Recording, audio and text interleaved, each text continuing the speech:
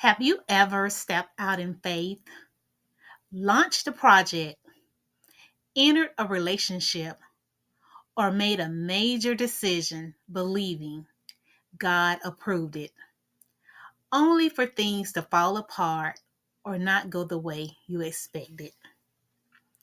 Well, guess what? I recently went through this. I thought I got God's approval. I could have sworn my discernment was on point. And sworn probably isn't the right word to use, but you know what I'm saying. And I checked and I checked. But then when I went to go to the next level, everything flopped in my face.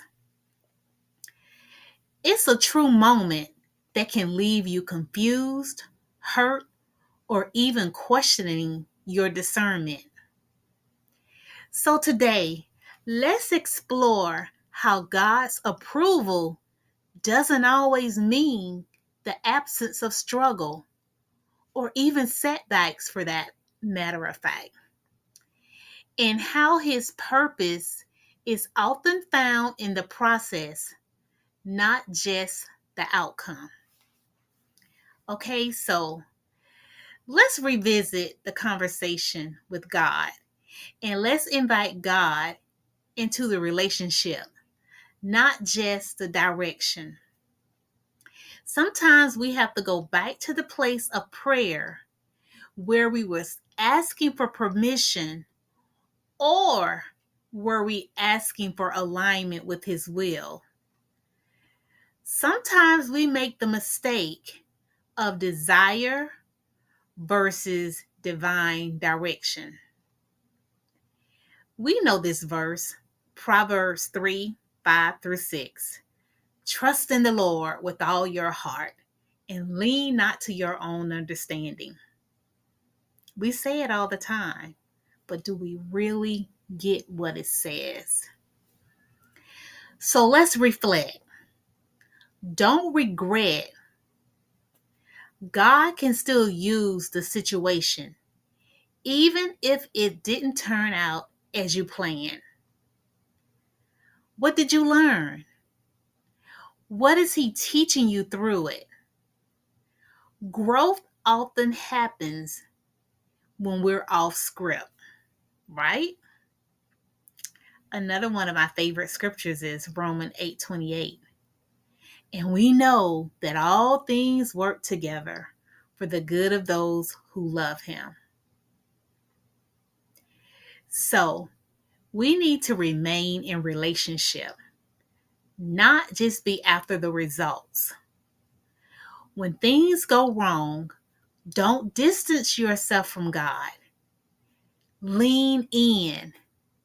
His approval isn't always about a green light.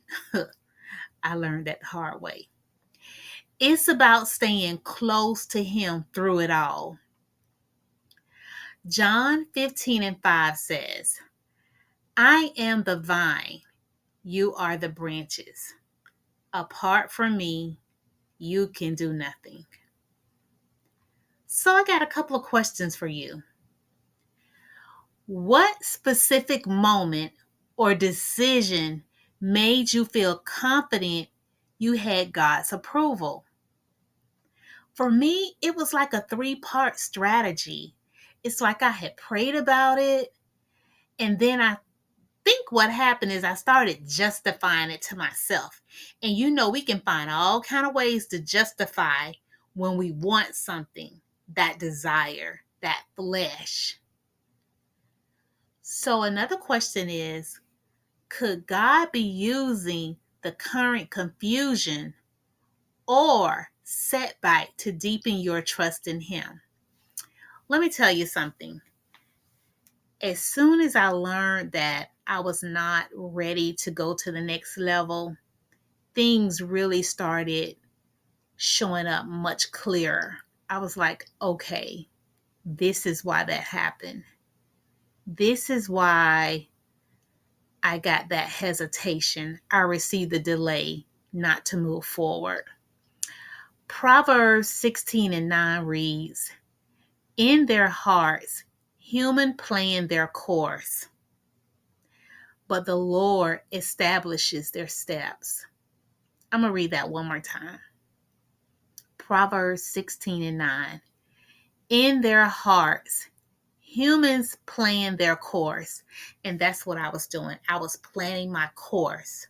But the Lord establishes their steps. He was establishing my steps. His will, not my will, D. Isaiah 55:8-9 reads, "For my thoughts are not your thoughts, neither are your ways my ways, declare the Lord." James 1:5 reads, "If any of you lacks wisdom, you should ask God, and it will be given to you."